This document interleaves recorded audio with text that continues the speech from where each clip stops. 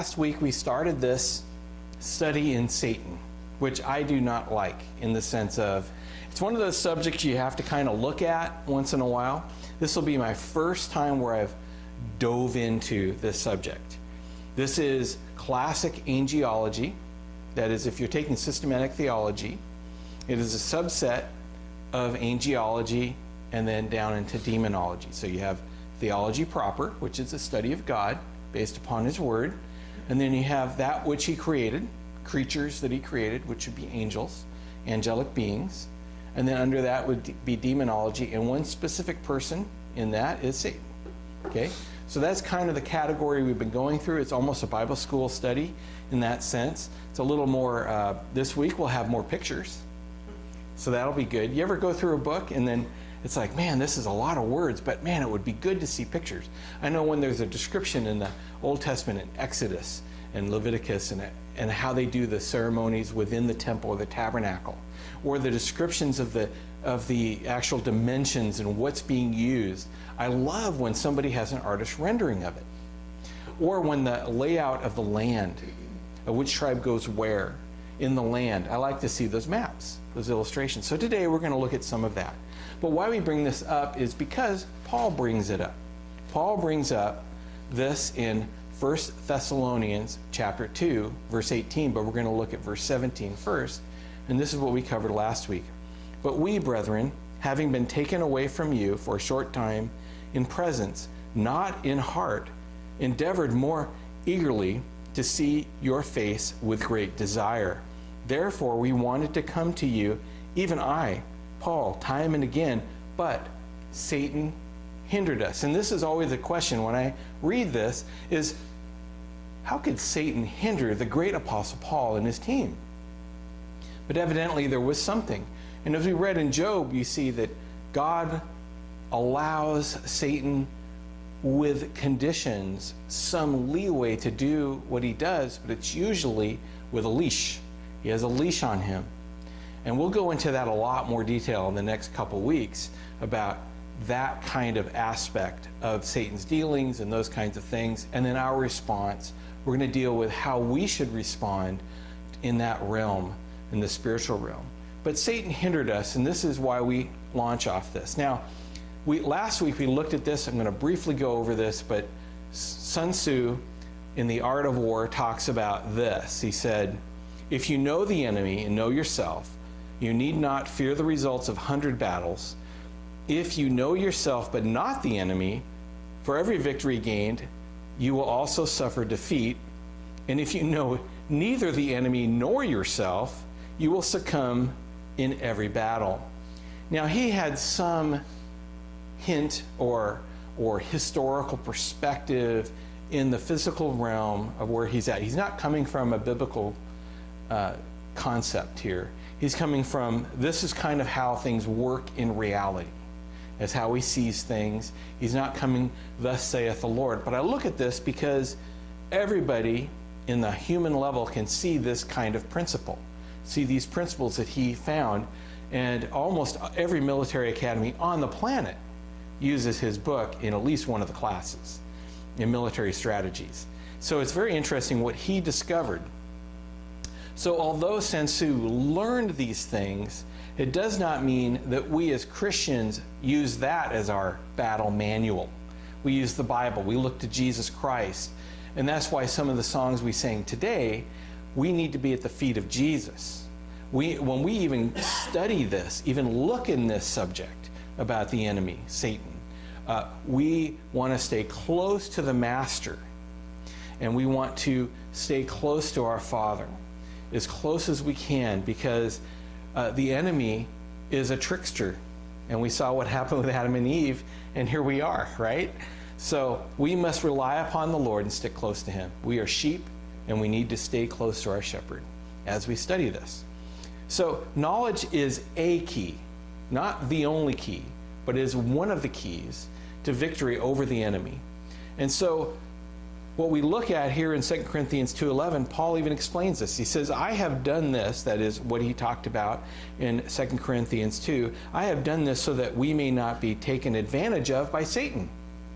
So there's enough in Scripture to help us so that we won't be taken advantage of by him.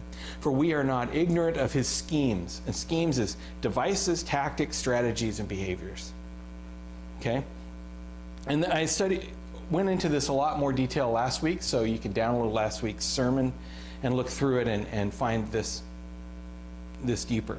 So we should not be ignorant of Satan's schemes, not ignorant of his strategies, the way he is, what he is, who he is, and his power to deceive. That's what Paul is telling us. We should not be ignorant of his devices, but we also can't be ignorant of what he is and who he is. I am human, but my name is Andy. So I just told you what I am and who I am. God, Yahweh God, God of the Bible, he is Elohim. That is, he is God. That's the substance of who he is, Elohim. But he is Yahweh, covenant name. So that's his name. That's the who he is, you see. So the what he is creator God, uncreated being, the everlasting God of creation. But who he is Yahweh God. Does that make sense? So it's the same thing. So with Satan is what he is. He's a fallen angelic being. He's spiritual. And who he is, Satan, the devil, serpent. See? And then we see this admonition or this encouragement from Paul in Ephesians 5. It's actually 6, I'm sorry. Ephesians 6, 10 through 13. Sorry about that. I can't believe I put that way. Sorry about that. Ephesians 6, 10 through 13.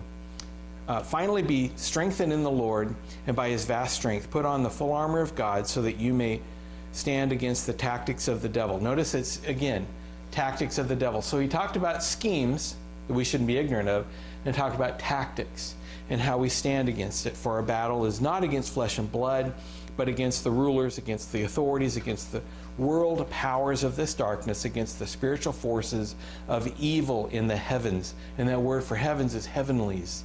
It's not the heavens above the heavens where God's throne is, but it's a spiritual realm in between.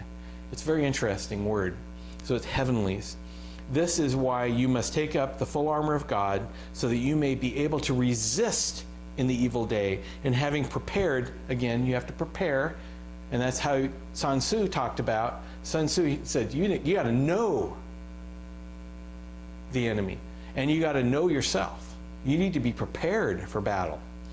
And for us as Christians, you need to be prepared in the sense of deep intimacy with God based upon his word alone and knowing his word alone, so that you may be able to resist in the evil day, having prepared everything to take your stand. So we must fear the Lord. That is, if I fear the Lord, I will not fear anything else. If I fear the Lord, I will not fear anything else. So remember I said knowledge is the key? Two different kinds of knowledge here. One is knowing God personally, experientially. That's that friendship, relationship, fellowship kind of knowledge. I know him. See what I mean? I know him and I am known by him. Okay? Then when it comes to Satan or anything else, it's knowing about. Technical knowledge. Like I know about my car engine. I get the reference manual out and I work on it, or I have somebody else do it. Now I can't even get in there. It's like I open up the hood and it's like, what is that? You know, I need some vast technical knowledge to get in there with all the computers and everything. But what I'm saying is, you see the difference in the knowledge there? And so we need to fear the Lord. That is full surrender, all of our fears laid at his feet. We respect him. And that's the beginning of knowledge. But fools despise wisdom and instruction. The fear of the Lord is the beginning of wisdom. That's skillful knowledge. How to use what we know. And the knowledge of the Holy One is understanding. Really understand. And it's God's perspective of wisdom, God's perspective of knowledge, and God's perspective of understanding. Getting his understanding, getting his perspective, his wisdom. Not just wisdom of the world or just wisdom. It's his wisdom. Fear of the Lord is instruction of wisdom, and before honor is humility. And mercy and truth, atonement is provided for iniquity, and by the fear of the Lord one departs from evil. We need to be saved. That's what this one says. I need to have the atoning sacrifice in my life, and I need to have that covenant relationship with God, so I have a relationship with Him, and then I will depart from evil. I have to have this kind of relationship with God. I must have that if I delve into this kind of study. Because we're going into looking at evil. And so we need to be able to be prepared and have that guard, have God's arms around us, so to speak, to hold us. We need to understand this so in the day of battle, we'll know how to battle Him. And we won't be tricked by Him. We'll have wise discernment, God's discernment, okay? So here's what we learned from last week, and these are points. And again, I say, go back, download what you've missed last week if you missed it, and go over what we went over last week. So here are some of the points. The serpent in Genesis 3 is Satan, the devil, not a demon-possessed snake, based upon Revelation 12:9, Revelation 20, verse 1 through 3, 2 Corinthians 11:3, and 13 and 15. It was well known that the serpent was symbolic. It was a symbolic name. Nachash is the actual Hebrew name. And then there's a neighboring kind of nuance of that is Nahash, which is omen, diviner, mutterer, one who reads omens, that kind of thing, kind of witchcraft, that kind of thing. And so we see that that was a play on words because he was a whisperer. He was clever in the way he did that with Eve, really, and then Adam. So the serpent was a symbolic term, just like he's called a dragon, right? And just like Herod is called a fox by Jesus. Herod is not a fox. Just like Jesus is called a lamb, but Jesus is not really a lamb. Jesus is called a lion, the Lion of tribe of Judah. He's not a lion. Those are symbolic usages to characterize their character, the character of the person, to expose the character. And so it was here. It was very demeaning by God to describe him as this. It was very much a put down. Now, this is a recalling of an incident using symbolic language. At the time, I'm not sure he said, "You're a serpent." You understand? But this is a recalling of this. So it characterizes us after the fact to look back at to see how God showed him the story of this event. This is symbolic, and it was real, and it happened. Then we learn Satan is an angelic being. He's a created being, a spiritual being. Okay? So he's in the category of angelic beings. Angels were created before Genesis 1:1. And why I say this is because everything that is enumerated as living creatures in Genesis chapter 1 and 2 reproduce after their kind. Everything reproduces after their kind. Angels do not reproduce, therefore they are individually created. They are not a race of angels. Okay? So that's why they're called sons of God when they meet with Satan in Job 1 and Job 2, when it references it. Satan's amongst the sons of God because they were individually created as creations of God. Whereas Adam is called the Son of God, and then his descendants are called that they are created in his image, that is in Adam's image, because we are all descendants of Adam. We are created in Adam's image, and Adam is created in the image of God. So therefore the whole race is created in the image and likeness of God, imputed and descended. Whereas you don't see that with angels. They don't have descendants. You see what I'm saying? At least, Genesis 6 is tricky, okay? But again, something else was going on there that was very demonic and evil. And so we're not privy to that, and I'm glad God did not tell us what the mechanics of that situation were, but it was so bad it horribly destroyed the human race so that God had to destroy them. They were infected by whatever that was, but we're not really going into that right there this week. So there's no indication that angelic beings were created in the image or likeness of God as Adam and Eve were. Although they're intelligent, sentient beings, they're not like us fully in every aspect in that sense. Does that make sense? So they're spiritual. That means they're outside of our physicality. That is, they are above our physicality. Their home is in that heavenlies realm, that spiritual realm. That's where they're created. They had an origination. There was some time that they were created in the past. We know they were created before Genesis 1:1 because of Job 38. says when God was laying the foundations of the earth, when he was molding and creating the earth, and that relates to Genesis 1:1. In the beginning, God created the heavens and the earth. That's the first verse. So he created the heavens, the shamayim, and the earth, eretz. So he's got that, the planet. So you have matter, time, because it says beginning, and you have space, which is shamayim. That is the expanse of something. It's empty, and the only thing in it is the earth at that time, not stars. There aren't stars there yet. Stars don't come until the day 4. Okay? So it's not like evolution. Evolution has it reversed. Stars and all that come, and then the earth. In this case, God created the shamayim, which is empty space, and then you have the eretz. So you have everything you need to create a physical universe. You have matter, time, and energy. Because he says, let there be light. That's the next thing, right? He didn't say, let's create the earth again. See? So, angelic beings are there singing and praising God while he's doing this in Job 38. It says they were singing to God.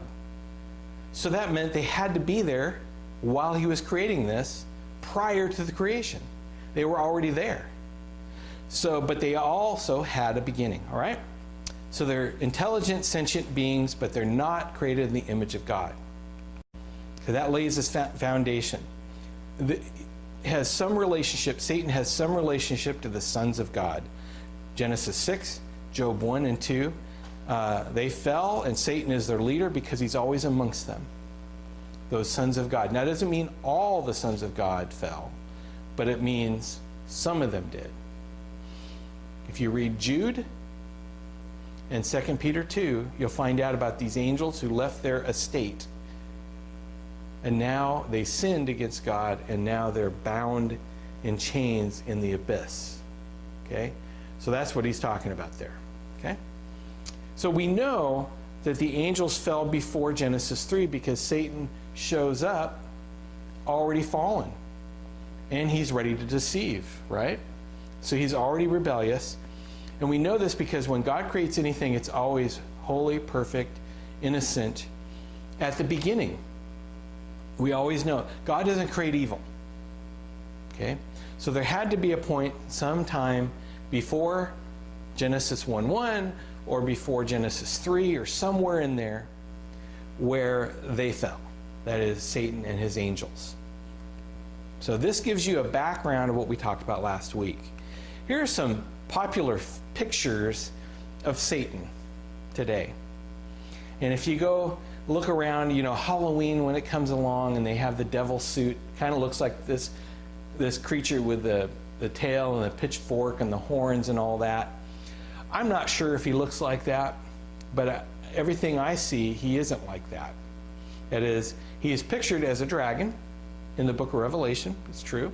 In the garden, a serpent, because that's derogatory terms picturing him. But what does he really look like? I'm not sure. Another popular thing is Jesus and Satan arm wrestling, as if Jesus is on par with Satan and Satan's on par with Jesus. No. Our Creator created Satan. There's no way they're on par. They're not even close. It's not like that. But these are the popular themes, even some mythology kind of stuff that's within the church. That's crazy, huh? So, he's really more like this. More like this. This is how the Bible shows him. And no marvel, for Satan himself is transformed into an angel of light. So he's probably the most beautiful creature that we would have ever seen, and we couldn't keep our eyes off him. And that's the creature that Adam and Eve talked with. One who looked like God. One who is amongst God, who would be in the counsels of God. That's the Nachash, the deceiver. But he's probably the most beautiful thing we'd ever see. That's why we need to stay close to God. Because he can attract us away from our love. It doesn't mean it's always. And he can also hinder.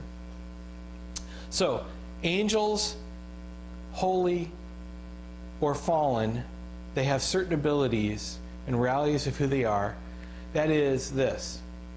When the angels that fell and Satan fell, they didn't lose certain abilities.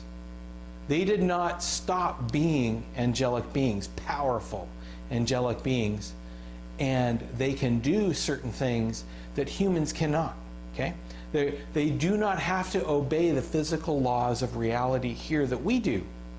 You know, going past the speed of light or whatever. We can't do that. We explode, but they won't, okay? And they come in all kinds of ranks and categories and sizes and shapes. They come in at least 3 different brands: seraphim, cherubim, and sons of God that we know of. These are things that are told to us. And they have various ranks. You know, they have principalities and powers, you know, those kinds of things. So they have ranks. And so let's look at Ezekiel chapter 1 as it explains this. And I will ask you all to write down Ezekiel 10 as well.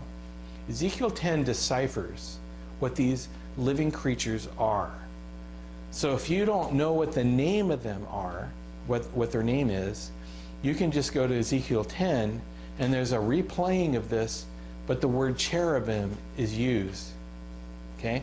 So just like we look in the book of Revelation, where I don't know what this chapter and this certain item is in this chapter, I might have to go a couple more chapters, and then it answers my question of what this was. And then I can go back and say, oh, that's what this is. And we see this where the Bible interprets Bible and gives us the answers to our questions. Okay, so let's listen to Ezekiel chapter 1. The book of Ezekiel. Now it came to pass in the 30th year, in the 4th month, on the 5th day of the month, as I was among the captives by the river Chebar, that the heavens were opened, and I saw visions of God. On the 5th day of the month, which was in the 5th year of King Jehoiakim's captivity, the word of the Lord came expressly to Ezekiel the priest, the son of Buzi, in the land of the Chaldeans by the river Chebar, and the hand of the Lord was upon him there. Then I looked, and behold, a whirlwind was coming out of the north, a great cloud with raging fire engulfing itself, and brightness was all around it, and radiating out of its midst, like the color of amber, out of the midst of the fire. Also from within came the likeness of 4 living creatures, and this was their appearance. They had the likeness of a man. Each one had 4 faces, and each one had 4 wings. Their legs were straight, and the soles of their feet were like the soles of calves' feet. They sparkled like the color of burnished bronze. The hands of a man were under their wings on their 4 sides, and each of the 4 had faces and wings. Their wings touched one another. The creatures did not turn when they went, but each one went straight forward. As for the likeness of their faces, each had the face of a man. Each of the 4 had the face of a lion on the right side. Each of the 4 had the face of an ox on the left side, and each of the 4 had the face of an eagle. Thus were their faces. Their wings stretched upward. 2 wings of each one touched one another, and 2 covered their bodies. And each one went straight forward. They went wherever the Spirit wanted to go, and they did not turn when they went. As for the likeness of the living creatures, their appearance was like burning coals of fire, like the appearance of torches going back and forth among the living creatures.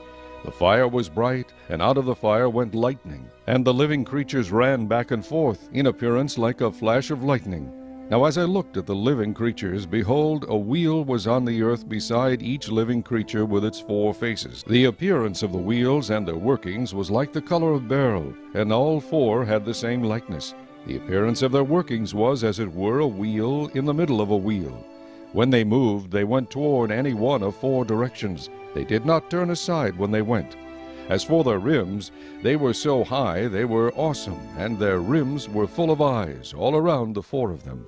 When the living creatures went, the wheels went beside them, and when the living creatures were lifted up from the earth, the wheels were lifted up. Wherever the Spirit wanted to go, they went, because there the Spirit went. And the wheels were lifted together with them, for the spirit of the living creatures was in the wheels. When those went, these went. When those stood, these stood. And when those were lifted up from the earth, the wheels were lifted up together with them, for the spirit of the living creatures was in the wheels. The likeness of the firmament above the heads of the living creatures was like the color of an awesome crystal, stretched out over their heads. And under the firmament their wings spread out straight one toward another. Each one had two which covered one side, and each one had two which covered the other side of the body.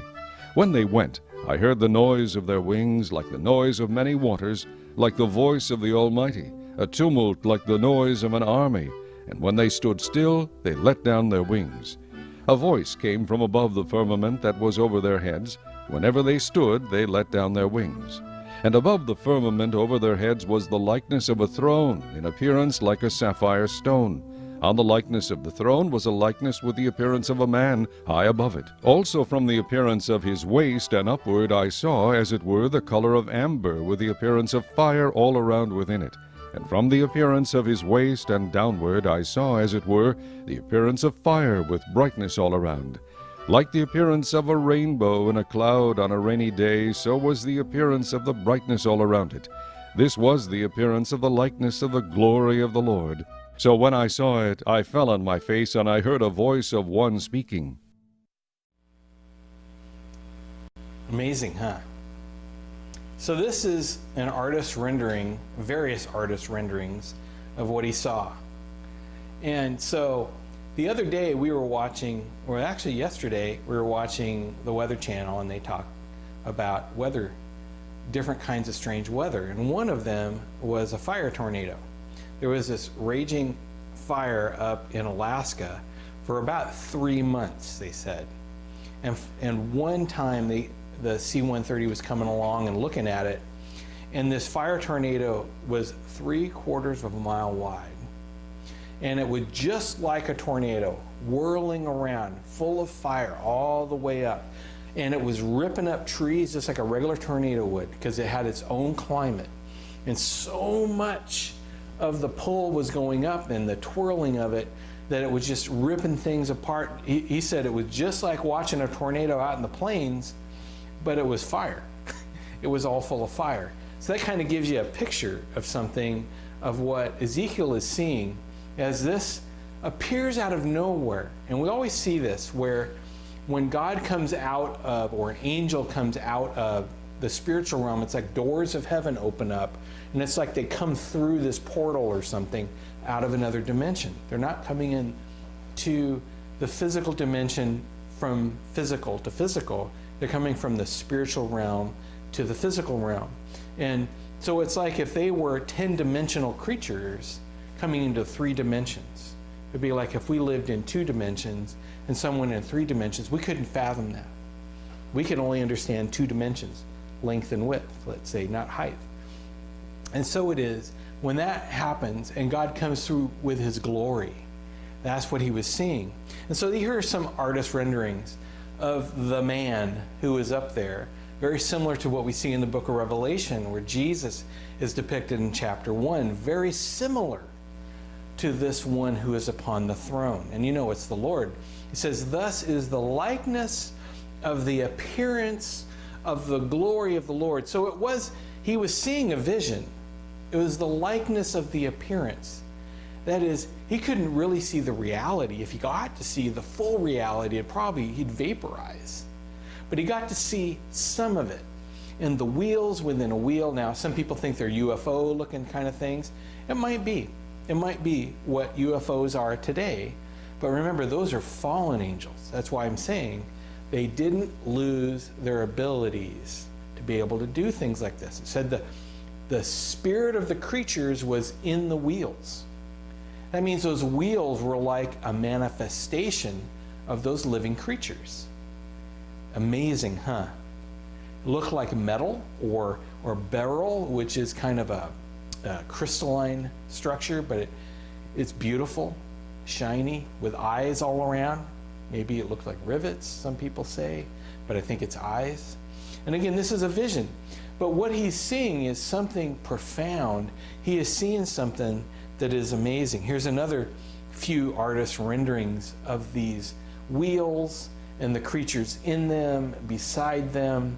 And notice they have the 4 faces. If you look at this and compare with Revelation 4, where you see the 4 living creatures before the throne, there they only have 1 face each, but it's one of the 4. That is, there's one of a man, of an eagle, of an oxen, and then and a lion. Okay? And so that one only has one face in that vision in Revelation 4, but it's the same creatures because it says 4 living creatures. And they're around the throne of God. Okay? So these are one type of creature that is around, angelic being that is around the throne of God, but they're associated with the movement of things. That's what wheels represent, the movement and activity. Okay? In Genesis 3, what was guarding the tree of the knowledge of good and evil? Cherubim with the sword, remember?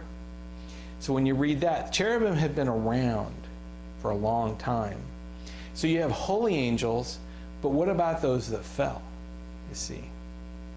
So that's why I bring this up. All kinds of shapes and sizes. Here's a really old painting, artist rendering of one of those, where you have the four living creatures with the 4 faces, the wheels, and the glory of the Lord. And there's another one. It's beautiful. They have wings, but the wings go down when they're sitting or standing. And when they meet with people, you wouldn't even know they had wings, but all of a sudden they unfurl their wings. It's amazing. These creatures are amazing. Now, don't get lost in the angels, angelic beings, because what matters is the glory of the Lord. Okay? Problem is, these creatures, some of them fell. Some of them fell. Now, why the 4 faces? How the camp of Israel was put together. You had the 4 heads of the 4 directions of the 12 tribes. You have Judah, which is represented by a lion. You have Reuben, which is represented in their heraldry flag, yes, with a man, and Ephraim, the ox, and Dan, the eagle. That's historic. So it's interesting how it's tied to Israel, and how Israel is tied to those living creatures, and how the holiness of God is reflected here. Every one of the 12 tribes have their own heraldry. If you look at some of the European flags and heraldry, you'll see all these, every one of the tribes in those heraldry. It's interesting. Yep, hide them, hide the lost tribes, right out in open sight. That's how God does stuff. So we're going to look at how these creatures, they change shapes, size. Now look, they look like wheels. They also look like humans, eagles, oxen, lions. So they can look like that. If you look at Egyptian walls and they have the hieroglyphs, do you not see these man-like creatures, but they have different faces and heads, right? But these are the gods that they worship. No, these are fallen angelic beings that wanted to be worshipped, and they can manifest themselves like this. What was the creature that they sacrificed to? The golden what? Calf. The golden cow. Oh, wait a minute. You see, all of that is in the heritage. That's why we are not to sacrifice and worship the host of heaven. We're not to worship all the angelic beings. We're only supposed to worship Yahweh God. And so we see that these fallen creatures come in all shapes and sizes. So let's look at seraphim. In the year that King Uzziah died, I saw the Lord sitting above his throne, high and lifted up. Again, the Lord is on his throne, high and lifted up, and now he's surrounded by these angelic beings. And the train of his robe filled the temple. Above it stood seraphim. Each one had 6 wings. Now, we weren't privy of how many wings the cherubim had, but we know they have wings, so they at least have 2. But in the seraphim, they have 6 wings, 3 on each side. With 2 he covered his face, with 2 he covered his feet, and with 2 he flew. And one cried to another. So we know there's more than one. And in most traditions of this, there's 4, just like there were the cherubim. Holy, holy, holy is the Lord of hosts, or Yahweh Tsabaoth. The whole earth is full of his glory. And the posts of the door were shaken by the voice of him who cried out, and the house was filled with smoke. So I said, woe is me, for I'm undone, because I am a man of unclean lips, and I dwell in the midst of people of unclean lips. Boy, how about today? Just think if that was today. And I dwell in the midst of unclean lips, people of unclean lips, for my eyes have seen the King, the Lord of hosts, Yahweh Tsabaoth. Then one of the seraphim flew to me. So they can fly, just like the cherubim can fly. It's very interesting.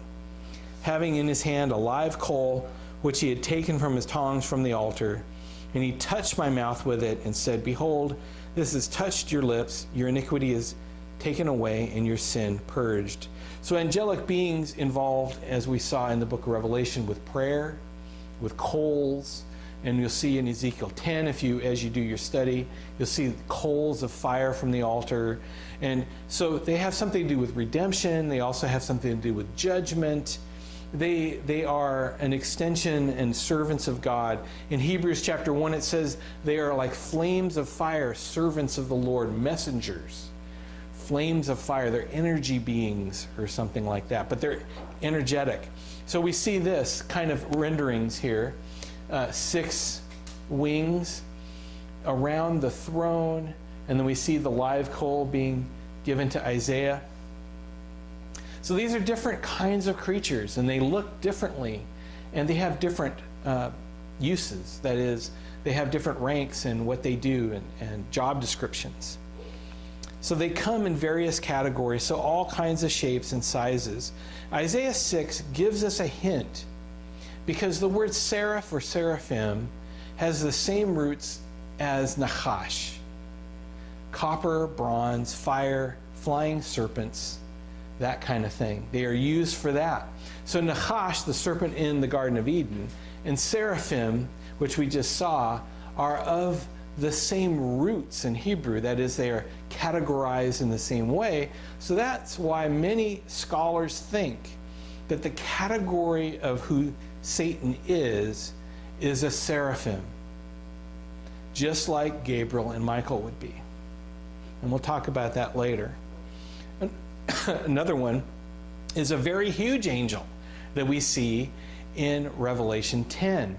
He is so large and huge that his head goes up into the clouds, and he can put his foot on the land, it says, and his other foot on the sea. Now, we were at the beach yesterday, and there's really no way that I could put my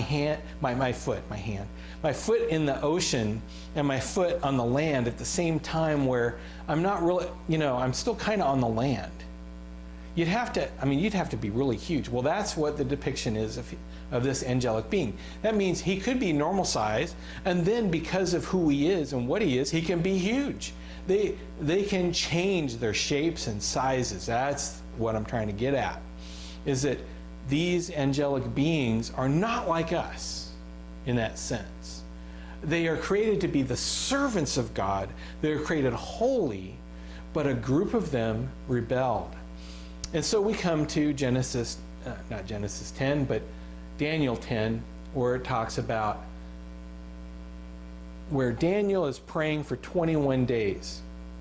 And finally, Gabriel comes to him and said, I have come to you in answer to your prayers, but I have been fighting the prince of Persia for 21 days. Now, this is an angelic being fighting the prince of Persia?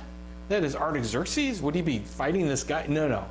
We get a hint. It's like pulling the veil away, and we get to see behind the scenes where this angelic being, Gabriel, explains this to Daniel about Gabriel and his angels were fighting against the prince of Persia, that is this demonic prince that's under Satan, and his angels, and they're fighting, and they're really not making any headway for 21 days until Gabriel calls in backup and says, Michael, come on over and help me. So Michael and his angels come, and Michael and Gabriel with their forces defeat the prince of Persia. Now, this prince of Persia, some would say, is Satan himself.